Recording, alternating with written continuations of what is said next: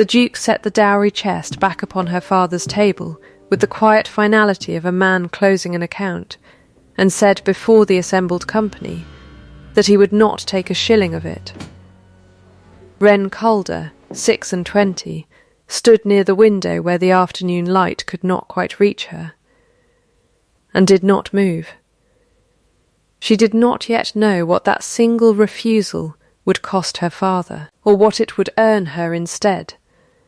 She would understand it before the year was out, and would thank him for it, though not in any manner the room now watching them would have thought to call thanks. The parlour at Hartwell held perhaps a dozen witnesses to what looked, in that moment, like her father's ruin. Mr. Otway, with his spectacles pushed high on his nose, two aunts by marriage come to see a settlement signed rather than unsigned, Sir Hugh Bardell invited more for form than friendship, and cousin Simeon Calder standing very straight beside the mantel, his gloves folded over one wrist as though he had dressed for a funeral and arrived early. Simeon's face held nothing at all. That, Wren thought, watching him the way she had been taught to watch a column of figures for the one number that did not sit easily among its neighbours, was itself worth noting. She had heard him, not a quarter-hour before, murmur something to his clerk in the passage, say nothing more than the sum, price, and let his Grace draw his own conclusions, and had thought little of it until now. Watching the Duke rest one broad hand flat upon the chest's rosewood lid, as though he meant to hold something down inside it a moment longer.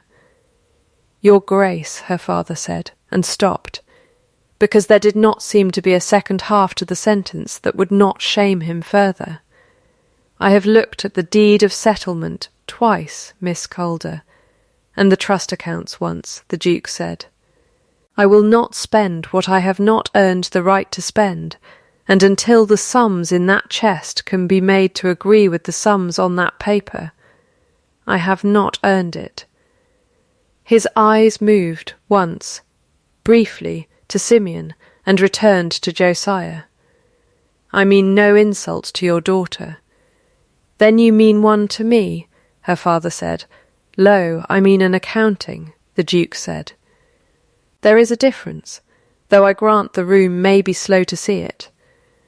Someone near the door made a sound that was almost a laugh, and swallowed it. Wren crossed the room before her father could gather himself to answer, her half-boots quiet on the old carpet, and laid her hand upon the chest beside the Duke's, so that for a moment they held the same weight together. "I will take it, then, since no one else will own it," she said, "and thank you for the trouble of carrying it back to us yourself, rather than sending it by a servant who might have dropped it on the step." The Duke looked at her for the length of one full breath, the first time all afternoon he had looked at her directly, rather than at her father or the paper between them. "You are not offended," he said. "It was not a question, quite. I have not decided yet what I am," she said. "I find it takes me longer than most people."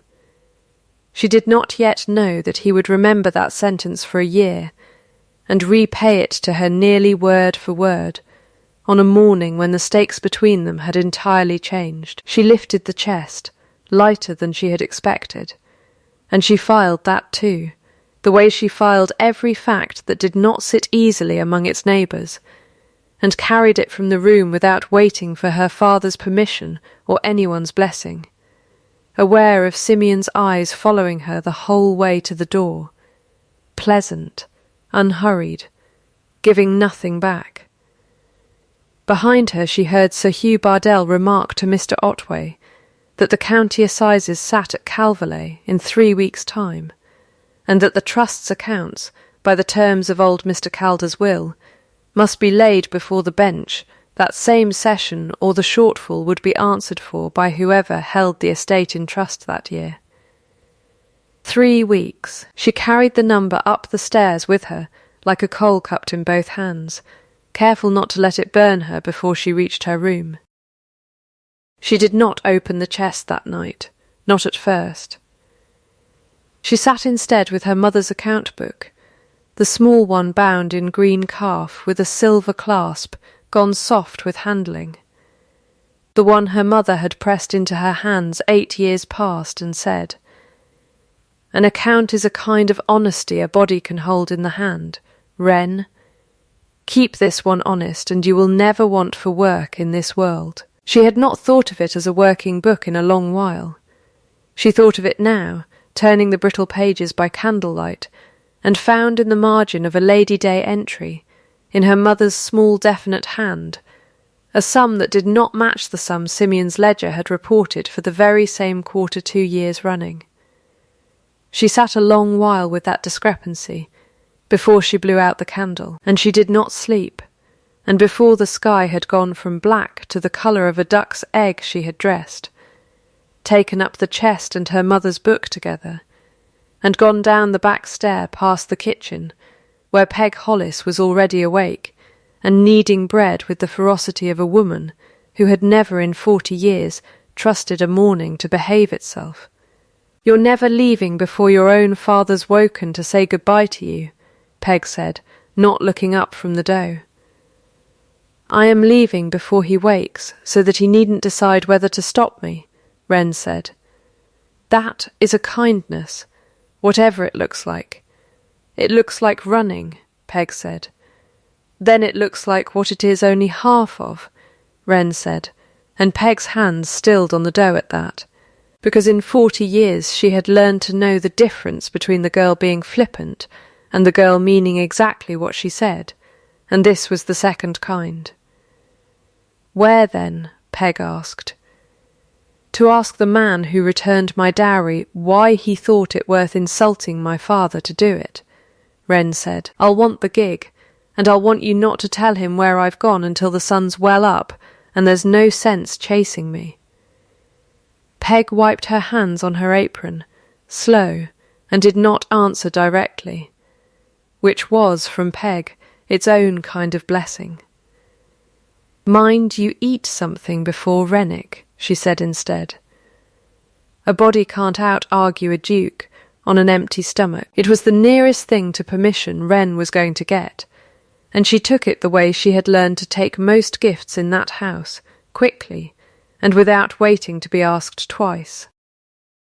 The road to Rennick ran along the mill pond for the first mile, and a blackbird was singing in the hedge there with the single-minded confidence of a creature that had never once in its life been asked to account for anything, and Wren found herself listening to it instead of rehearsing what she meant to say, which was perhaps why what she said. When she was at last shown into the small library where the Duke took his breakfast standing, came out plainer than she had intended. "You did not shame my father for nothing," she said. "You are not a nothing sort of man. I would have you tell me what you know before the whole county decides for itself what you meant, because the county's version will not be kind, and it will certainly not be accurate." The Duke set down his cup without haste, and did not send for anyone to remove her, which she noted. "Sit, Miss Calder," he said. "I imagine you have not eaten. I imagine you are about to change the subject," she said, but she sat. He watched her a moment with the particular stillness she would come to know as his listening face, the one that gave away nothing until he had decided a thing was worth giving away. "The sums in your father's trust do not balance," he said finally.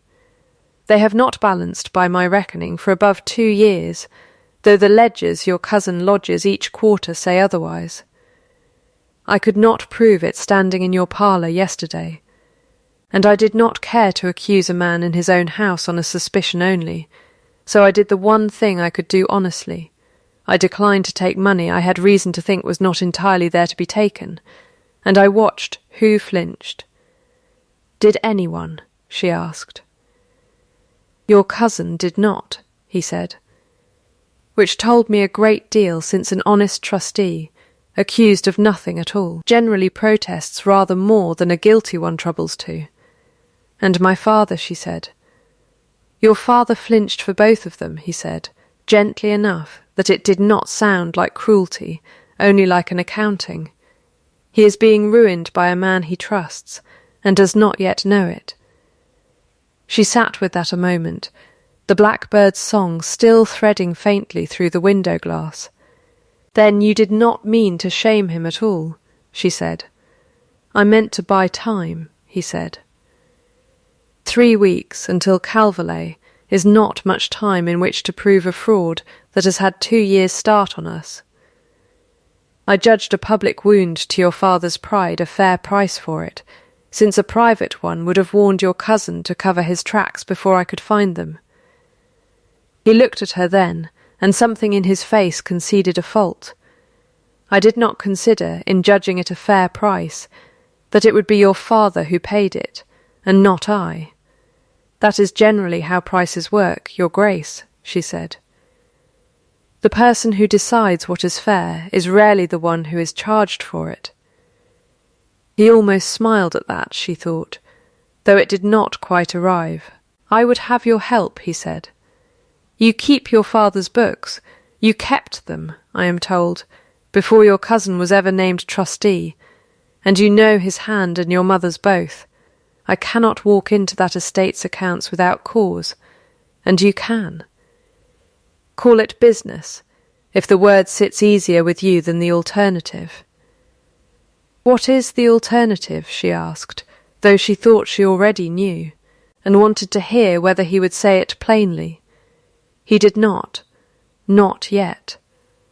"Call it business," he said again, and refilled her cup instead of his own, which she thought, privately, was its own kind of answer. She stayed a fortnight at Renwick, under the chaperonage of the Duke's aged aunt, an arrangement that scandalised precisely no one, because it scandalised everyone equally, and in that fortnight the county did what counties do, which was talk. The wagering book at the Calverley Inn ran 3-1 that the match was entirely off. A smaller faction, mostly women who had watched Wren cross the parlour and take up that chest with her own 2 hands, held that something odder than a broken engagement was afoot, though none of them could have said what. Lady Cordelia Ashe, who had been the county's settled favourite for the Duke's hand, before Hartwell's name was ever mentioned in the same breath as Renwick's, called upon the aunt with the particular graciousness of a woman inspecting a rival's teeth, and found Wren in the estate office, with ink on 2 fingers and Simeon's ledgers spread before her like a hand of cards she did not yet know how to play. "You are very industrious, for a young woman who has just been jilted in front of half the county," Cordelia said. "I have not been jilted," Wren said, not looking up. "I have been employed." Cordelia's mouth twitched, not unkindly. "That is a very odd thing to prefer," she said. "It is a very odd thing to be offered," Wren agreed, and finally looked up. "Most women in my position are offered pity. I find I would rather be offered work." Something moved behind Cordelia's composed face, quick and gone, and she left without another word, though she did not, Wren noted, leave unkindly. It was in that same fortnight, bent over the estate's grain accounts with a candle burned near to its socket, that Wren found the first hard thread to pull, a receipt for seed corn, dated a full year before the ink upon it could possibly have been made, by the maker's mark stamped faintly along its edge, a mark her mother had once shown her how to read on a paper twice this old. She said nothing of it yet, even to the Duke. She only folded it inside her mother's account book, between 2 pages already marked, and told herself that a fact not yet spoken was not a lie, only a debt not yet called in. It was Simeon himself who came to Renwick to call the fortnight closed. Gentle as ever, gloved as ever, smelling faintly of orange flower water in a room that otherwise smelled of leather and rain. He found Wren alone in the small library, and he did not raise his voice, not once in the whole visit, which she had already begun to understand was how he did his worst work. "Cousin," he said, "you have made a great deal of noise for so quiet a girl." "I have made no noise at all," she said. "I have only stayed where I was asked to stay, and your father sits alone at Hartwell, wondering whether his daughter has abandoned him along with his good name," Simeon said, and settled himself into a chair as though the room already belonged to him. "I have come to spare you both further embarrassment. There is a way through this that costs no one anything they cannot afford to lose. Mr. Grieve has 3,000 a year, and has said more than once that a sensible wife matters more to him than a fashionable one. Marry within the month, and the trust's shortfall, whatever its cause, becomes a private family matter, quietly made good, and never spoken of before a bench of strangers at Calverley. Your father keeps his name, you keep your comfort. It is, I think, the kindest arithmetic available to any of us." Wren folded her hands in her lap, and thought of the receipt hidden between 2 marked pages upstairs, and did not let her face report anything at all. "That is a great deal of kindness for you to arrange on my behalf without once asking whether I want it," she said. "Kindness rarely waits to be asked for," Simeon said. "It would not be kindness if it did. Then I will decline it, and take my chances with unkindness instead," she said, and did not move, though she felt the offer's weight settle into the room like a held breath. Simeon studied her a moment longer, his gloved hands quite still upon his knee, and something in his stillness was, she would only understand much later, closer to grief than to menace. "As you wish, cousin," he said, rising. "I hope you will not come to think, one day, that you mistook an open door for a trap." "I hope the same of you, sir," she said, and he left without answering that, which she also filed away. The Duke found her an hour later still sitting exactly where Simeon had left her, the candle burned down another half-inch. "He offered you an exit," he said. "It was not a question. He offered me a bribe with better manners than most bribes wear," she said. I told him no. "What will it cost you?" he asked, and she heard, under the plainness of the question, something that was almost fear on her behalf. "Whatever it costs," she said, "I would rather pay it honestly than be paid for dishonestly. It is the only sort of arithmetic I was ever taught to trust." He looked at her a long moment, and this time the almost smile arrived the whole way, brief and startled out of him, the first she had seen since her arrival, and she noted it the way she noted every fact that mattered, filed it without remark, though something in her chest noted it rather more warmly than the rest of her allowed to show. That same week, working by candlelight in the estate office, with the shutters drawn against gossiping eyes, they laid the ledgers side by side for the first time, her mother's small green book and Simeon's official folios, and began, sum by sum, to find where the 2 accounts parted company. It was slow work, and companionable in a way neither of them remarked upon. His sleeves turned back, ink on her fingers again, the fire burning low enough that they worked mostly by each other's nearness to the candle. "You read a column the way some men read scripture," he said once, watching her run a finger down a page without once losing her place. "My mother taught me that a column of figures never lies, only the hand that keeps it," she said. "I have found it a more reliable creed than most of the ones offered from a pulpit." He laughed at that, short and surprised out of him, and she looked up sharply, because in a fortnight she had not once heard him laugh, and understood, without being told, that she had just witnessed something rare enough to be worth remembering. "You find that funny," she said, and he shook his head, still half smiling.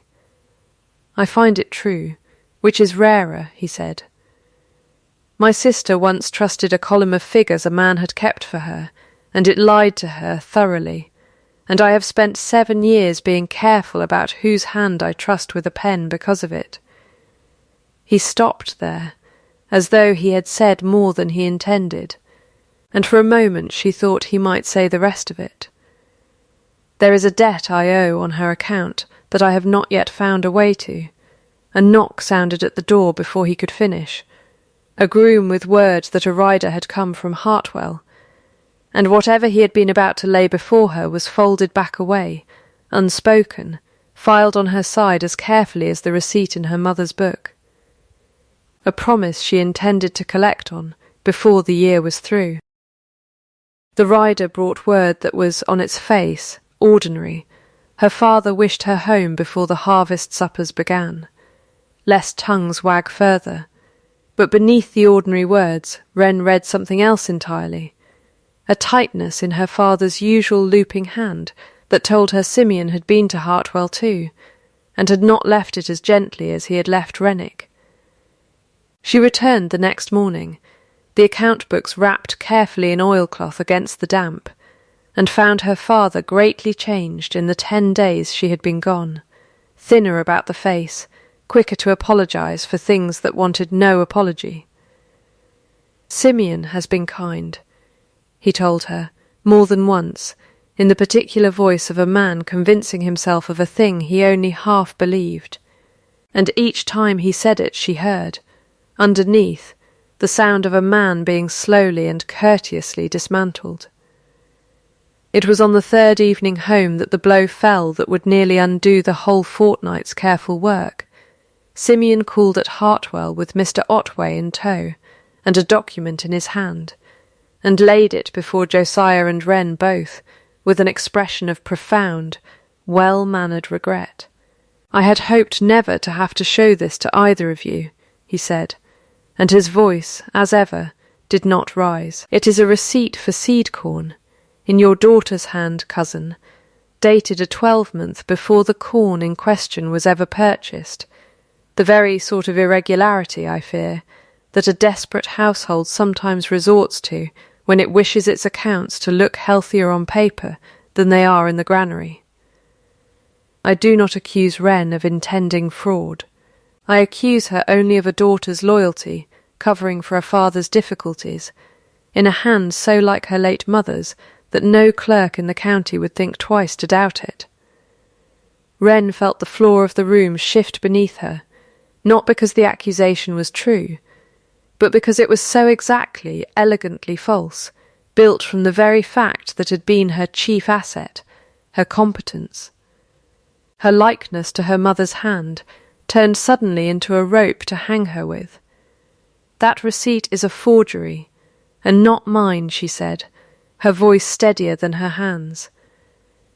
"Then you will have no objection to its being laid before the bench at Calverley alongside the rest," Simeon said, gentle as milk. "And it is the truth those men are meant to weigh, cousin, not our fondness for one another. I only wish, for all our sakes, that fondness were enough." The days that followed were the worst Wren had known since her mother's death.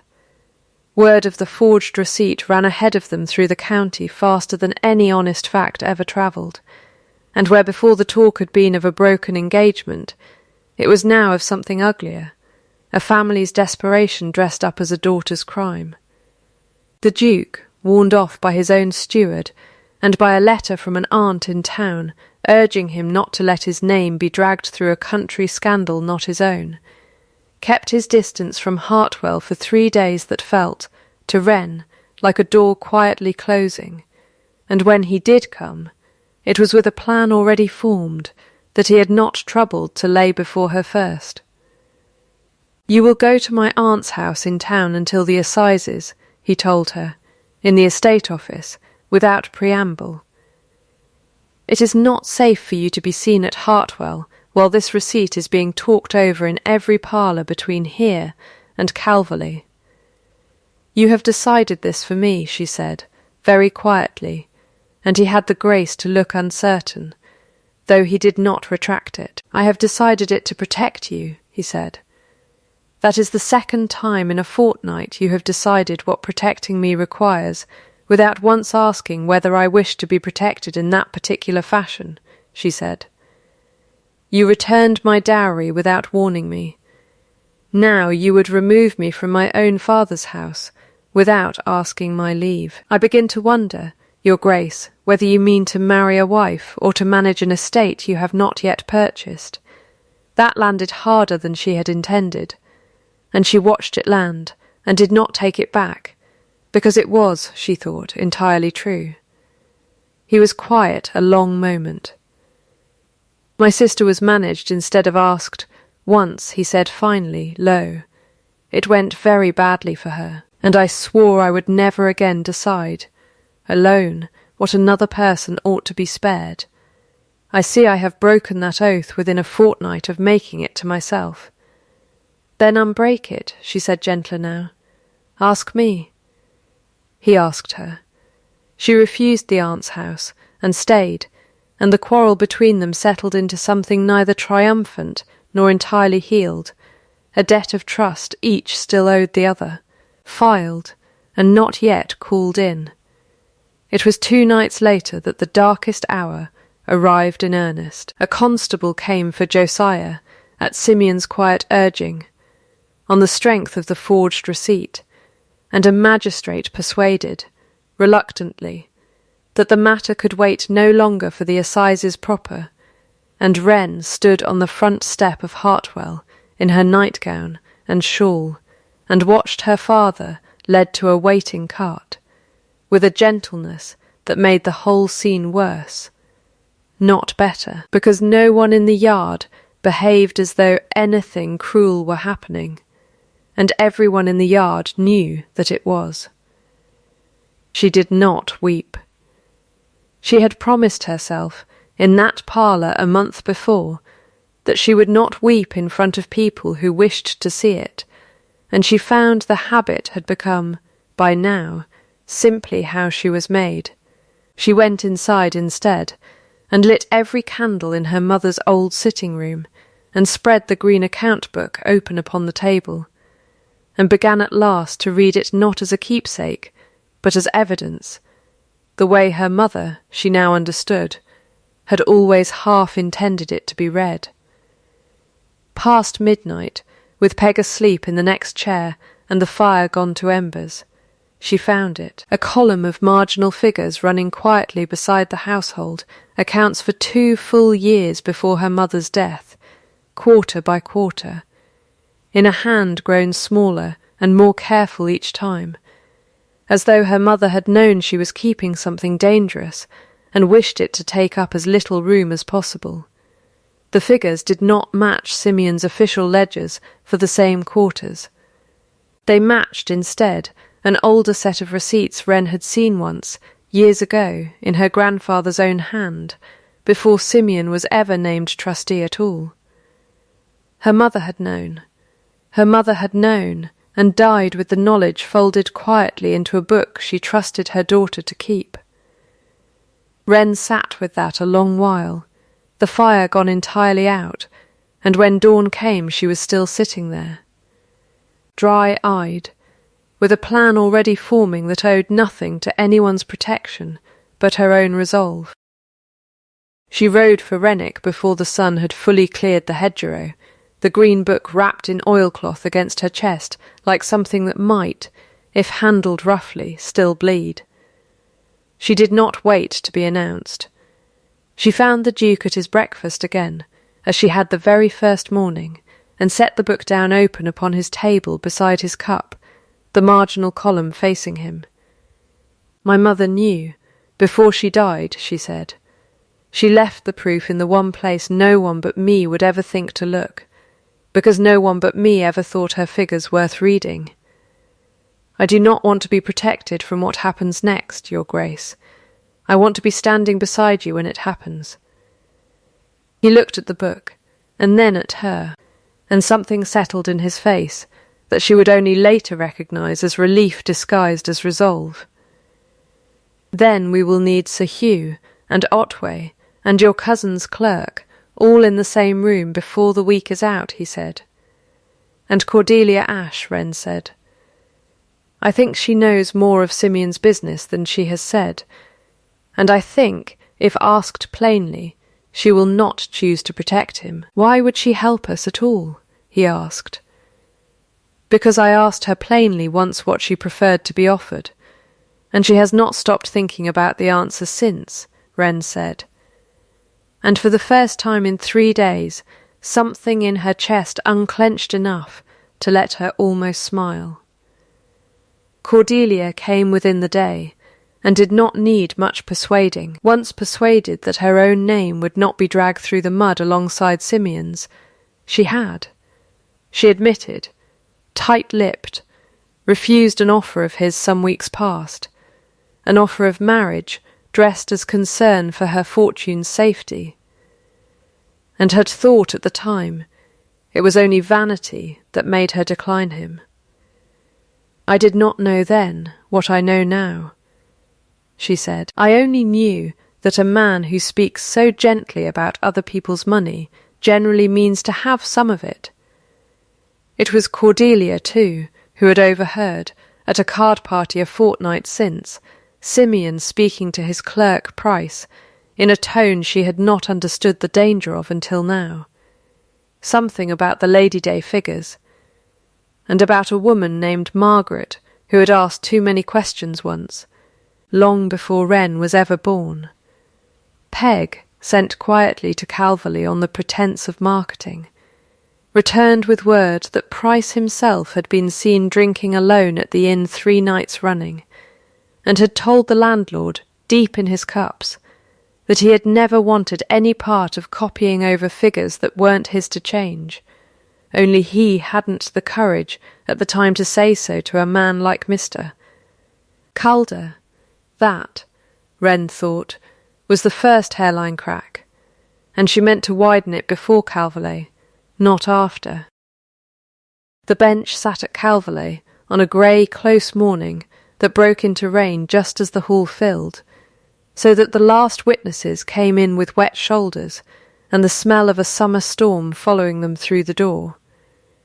And Wren thought, standing at the front of that crowded room with her mother's book under her arm, that it was exactly the sort of morning her mother would have found darkly funny. Sir Hugh Bardell sat the bench with Mr. Otway beside him to read the papers aloud, and Josiah stood pale but upright between 2 constables who had by unspoken agreement stopped troubling to look as though they expected him to run. Simeon stood composed as ever, his gloves folded over one wrist, and Price stood a little apart from him, sweating despite the cool room, not once meeting his employer's eye. It was Wren who was asked to speak first, since it was her name on the disputed receipt, and she did not waste the room's patience. "This is my mother's hand," she said, laying the green book open upon the clerk's table, so the light from the tall window fell full across the page.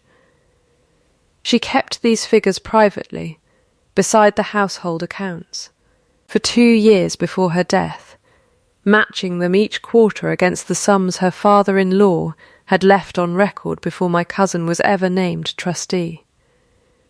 I will read you the Lady Day figure for the year my mother died, and then Mr. Otway will read you the figure my cousin's own ledger reports for that same quarter, and the room may judge for itself whether 2 honest accountants, working from the same estate, could possibly have arrived at numbers so far apart. She read the figure. Otway read the other. The gap between them was not small, and the room, which a month before had been ready to believe the worst of a poor girl's handwriting, went very quiet instead over the much larger arithmetic of a trusted cousin's. Sir Hugh turned to Price and asked him one question only, plain and unhurried. Whose hand copied the Lady Day entry into the ledger that year? Mr. Price, yours, working from the true figure, or yours, copying over a true figure that had already been struck through and altered before it ever reached you? Price opened his mouth twice before anything came out of it. And when it came all at once, the way water comes through a dam that has been cracking quietly for years and finally gives. "It was struck through before it reached me, sir," he said. I copied what I was given and told myself it wasn't my crime to question a gentleman's arithmetic. I have a letter, if it please the bench, that says as much in Mr. Calder's own hand. I kept it, I don't rightly know why, only that a man likes to have something set by against the day he's asked to answer for himself. He drew a folded, much-handled letter from his coat, and Otway read it aloud to the room, Simeon's own careful phrases instructing the quarter's total, adjusted downward, before the trustee's report went in. And the words landed in that hall with a finality no amount of gentle argument could soften afterward. Simeon did not protest. He stood very still through the whole of the reading, his composure at last visibly, beginning to cost him something to hold. And when Sir Hugh asked whether he had anything to say for himself, he was quiet a long moment before he spoke, and when he did, his voice, for the first time in Wren's memory of him, was not gentle at all, only tired. "I loved her," he said. "Margaret, before your father ever came courting, Miss Calder, I asked her, and she chose the steadier man, and told me kindly that I would thank her for it one day. I never did. I told myself, managing this estate for her daughter, that I was only taking what a fairer arrangement would have given me 30 years ago. I see now that grief kept very poor books, and that I have been paying myself out of a debt that was never truly owed. It is not an excuse. I do not offer it as one." It was, Wren thought, watching him, the first wholly honest thing she had ever heard him say, and she found she could not hate him in that moment, only pity him, which was, her mother's book seemed to whisper from beneath her hand, its own kind of settling of accounts. Sir Hugh, after consultation with Otway and a long look at Josiah, who asked for nothing but that his cousin not be publicly ruined, pronounced a mercy rather than a sentence. The trust's shortfall to be made good from Simeon's own remaining property, a modest allowance retained for his keeping, and passage arranged within the month to a cousin's household abroad, the whole matter to be spoken of, henceforward, as an error in the accounts rather than a crime laid before the county's tongues. "It is not kindness to him," Sir Hugh said, for the benefit of the room, "but protection of the innocent who share his name, and I will have it understood as such.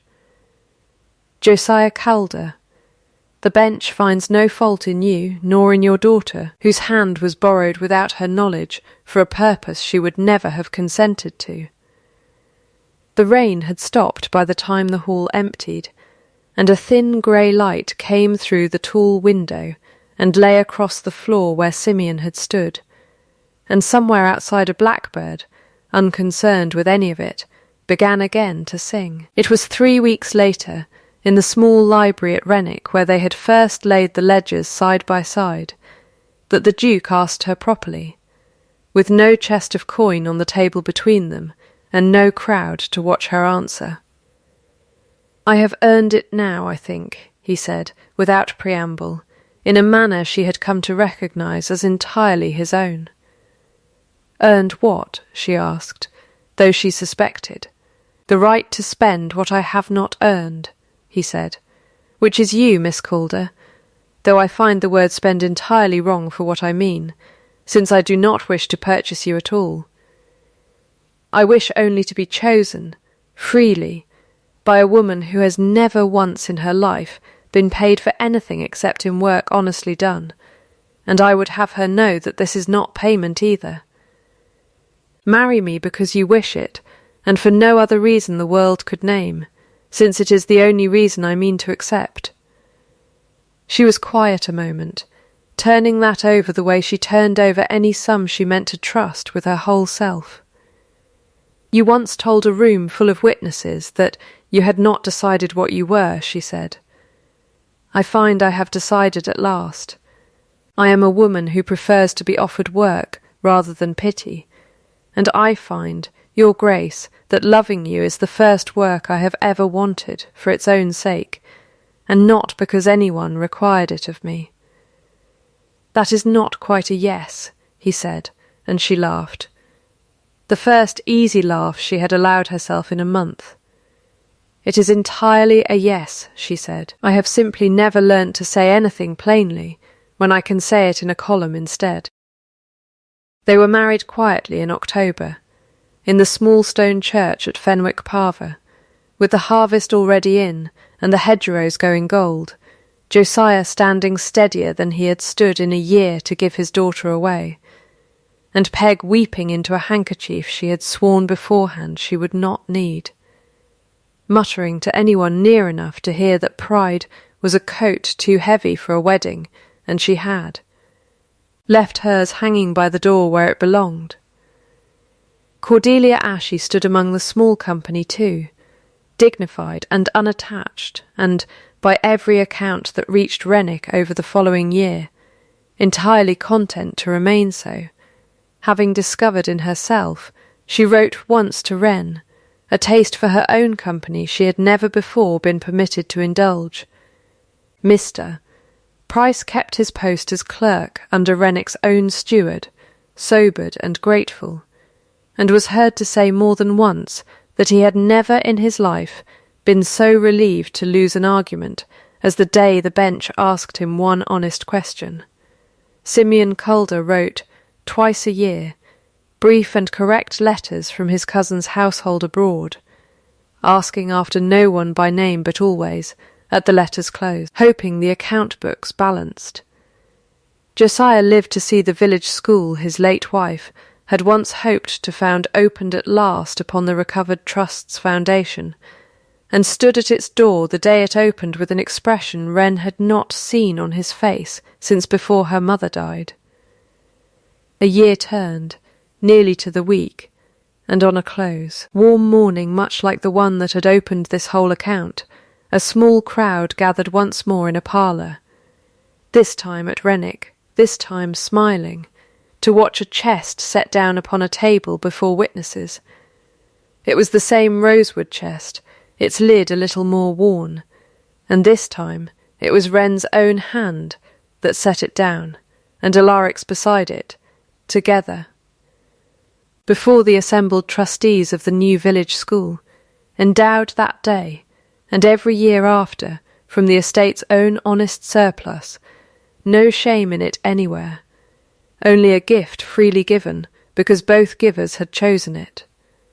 A blackbird sang somewhere beyond the open window, unconcerned as ever with the business of accounts. And Wren, watching the sun move slowly across the parlour floor, exactly as it had moved a year before, thought that her mother had been right after all, and said so aloud, to no one in particular and to everyone in the room at once, the books do not lie. Whatever the hands that keep them, only be patient and honest. And in time every account will balance. If this story warmed you, the quiet ledger a mother left behind, the dowry given back so it could be given honestly, the daughter who took what was hers and walked out into the dark to go and earn the rest, then come sit by the fire a while longer with me. There is a chair kept for you here, a kettle always near the boil, and no shame at all in staying past the hour you meant to leave. Tell me, in the comments, which line you would have kept for yourself if you had been standing in that parlour, the one about earning the right to spend, or the one about being paid at last in work honestly done. And if you would like to be here the next time a story like this one is told, keep your place by the fire and subscribe. I promise to keep the candle lit. Until then, sleep well, and be gentle with anyone who has ever handed you back something you thought was lost, only to watch you carry it out the door yourself, by morning, entirely on your own 2 feet.